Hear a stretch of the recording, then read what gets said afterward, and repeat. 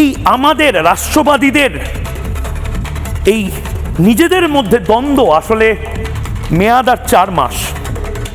আমি আজ 19শে জানুয়ারি, আজকে ডেটটা কি, 19শে জানুয়ারি এই কথাগুলো বলে দিচ্ছি, লিখে নিন। 19শে জানুয়ারি 2026 এই কথাগুলো বলছি। 19শে জানুয়ারি 2026 থেকে ঠিক পেছনে গিয়ে 19শে জানুয়ারি 1990 সালে, কি অদ্ভুত, এরকম একটা দিনেই রেলেভ গালেভ শেলেভ, উচ্চারণটা বোধহয় ঠিক করতে পারলাম না কারণ আমি কাশ্মীরি পণ্ডিত নই। 19শে জানুয়ারি 1990 সালে ঠিক আজকের রাতে সাইরেন বাজানোর মতন করে মাইকে ঘোষণা হয়, হয় ধর্মান্তরিত হও, না হলে মৃত্যুবরণ করো, না হলে বেরিয়ে যাও। আর বেরিয়ে যাওয়ার সময় বউ বাচ্চাকে রেখে যাও, অবশ্যই কন্যা সন্তান হতে হবে।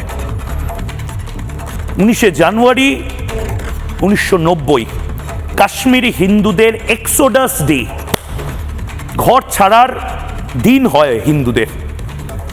আমি কেন এই কথাগুলো বলছি, ওই যে বললাম শুরুতে, অনেকে ভাবছেন নব্য বিজেপিরা, যে আদি বিজেপিরা একটু বেশি বাড়াবাড়ি করছে, আবার আদি বিজেপিরা ভাবছেন নব্য বিজেপি সব খেয়ে ফেললো, আবার আরএসএস এর স্বয়ংসেবকরা তারা অনেক কিছু নিয়ে হয়তো আপত্তি, আবার রাষ্ট্রবাদী সে হয়তো বিজেপি নয়, সে দূর থেকে গ্যালারি থেকে দেখছে বিজেপি এইটা করতে পারছে না, আমি হলে দারুণ করতাম।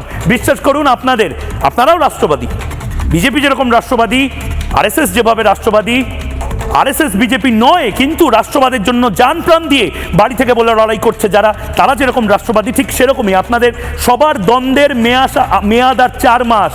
তারপরে লড়াই করবেন, কে নব্য বিজেপি, কে বেশি বিজেপি, কে কম বিজেপি, কে বিজেপিতে এসে সব কিছু করছে, কে বিজেপিতে এসে একঘরে হয়েছে, কে আরএসএস, কে বেশি আরএসএস, কে কম আরএসএস, কে বেশি রাষ্ট্রবাদী, কে হিন্দু রাষ্ট্রবাদী, কে হিন্দুত্ববাদী রাষ্ট্রবাদী, এই সমস্ত কিছুর মেয়াদ আর 4 মাস। তারপরে কাশ্মীর, তারপরে বাংলাদেশ, তার মতন এই সমস্ত ডায়লগ মারার জায়গাটা পর্যন্ত